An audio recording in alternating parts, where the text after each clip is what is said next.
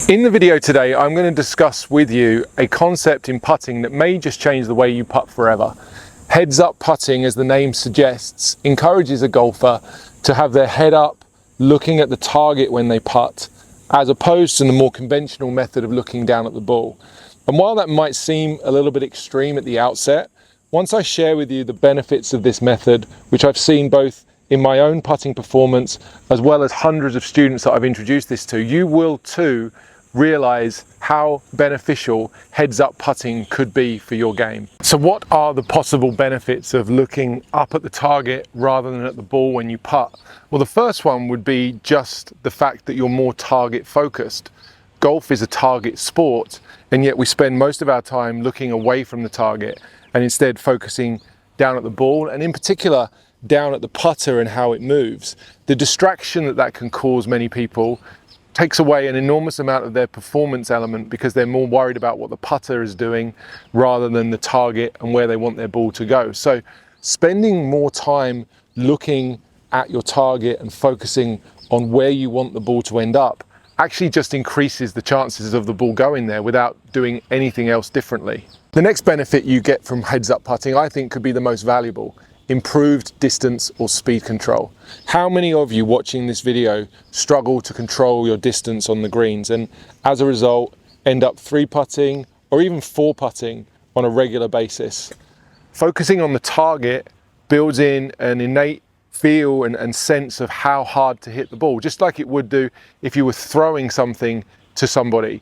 You would know just by looking at them how far away they are, and you wouldn't make any grave errors in terms of distance when you throw the ball. Similarly, when you're doing heads up putting, focusing your attention on your target as you make your practice swings helps to build in a sense of exactly how hard to swing and exactly how far to swing. I'll often get the question, how far back should I swing my putter? Well, it really depends on the length of the putt. But if you're looking at your target, you're going to find there's an almost instinctive ability to move the putter the right distance and the right speed to produce the desired outcome. Heads up putting can also help you improve your green reading and judgment of slope so that you can become a better lag putter.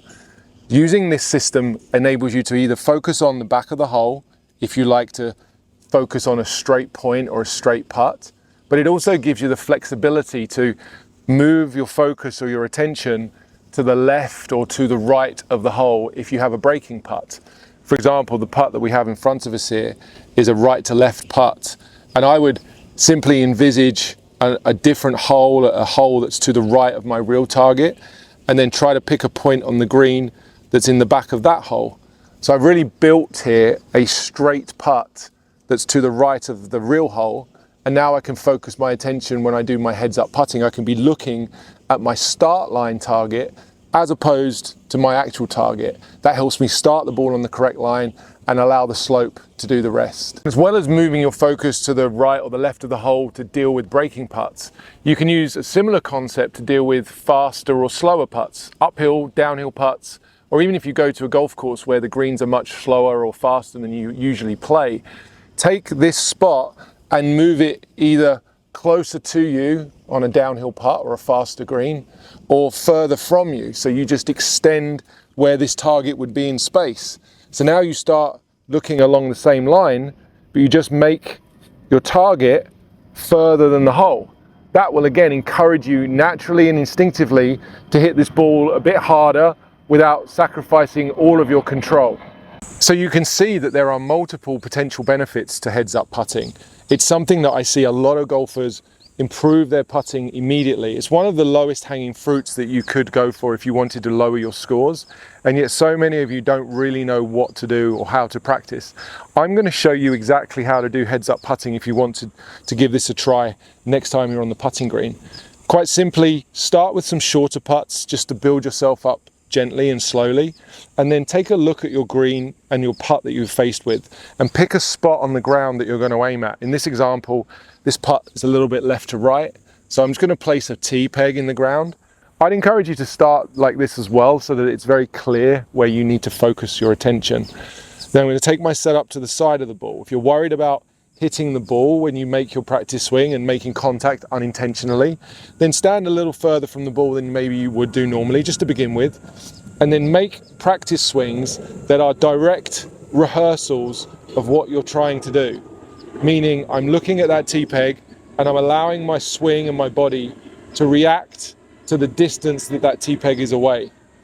Once I get that feeling in my fingertips of my intention, I need to hold that very strongly in my fingers, in my brain. I have a good sense of what I'm trying to do here. I'm then going to step in, take my setup, take my grip, one last look there at the target before I pull the trigger. And now my job is to try to repeat my practice swing.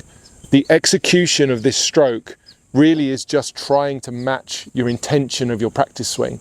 So the practice swing becomes extremely important, that it gives your brain the information that it needs. In my mind, I've already hit this putt before I've stepped in.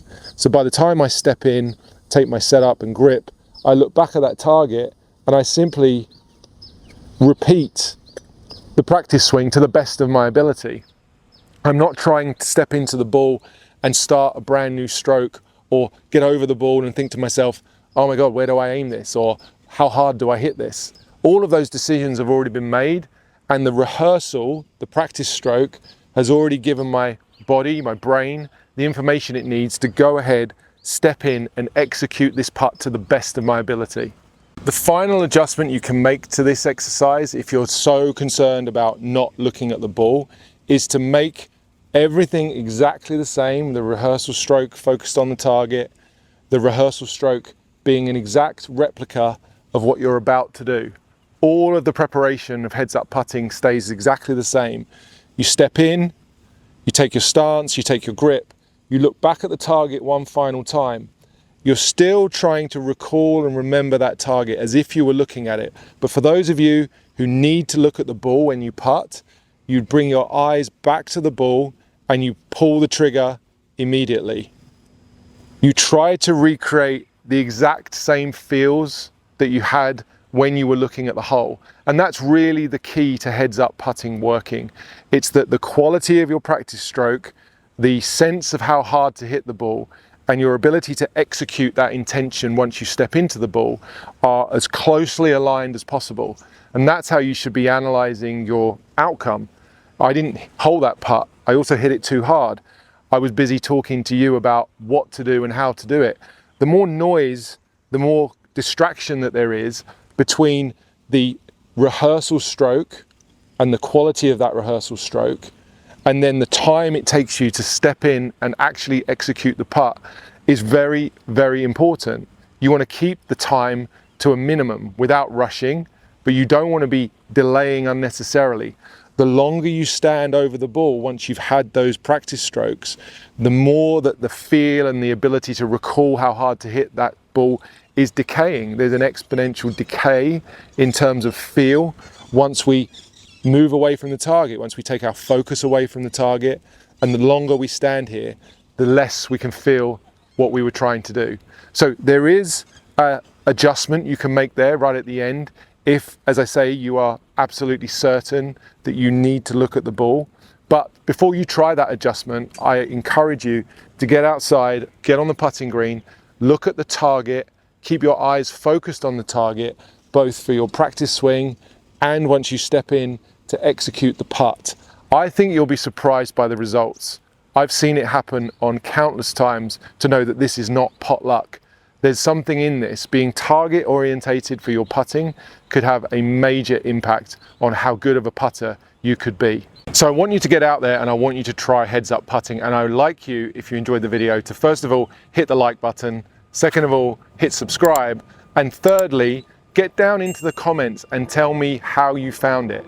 If you've never tried heads up putting before, what did this do for you? Did it improve your mechanics? Did it improve your overall rhythm, timing and flow? And ultimately, did it improve your putting performance? And if you're somebody who's used heads up putting to good effect and have your own account of the story that you would tell about how heads up putting helped your golf, then please also get down in the comments. I think this is the type of video where people's experience of trying this exercise really can be beneficial to others. So not only would I enjoy reading your comments to see how heads up putting has helped you, but I'm sure other people watching this video would enjoy reading those as well. If you're looking to watch some more putting videos, then I'll link 2 of them right here for you. You can go and watch this one, which I made on the different types of grip that you can use for putting and which one might be best. Or you can go and watch this one right here, where I took a stack and tilt putting lesson in Spain. You can go and see the results for yourself.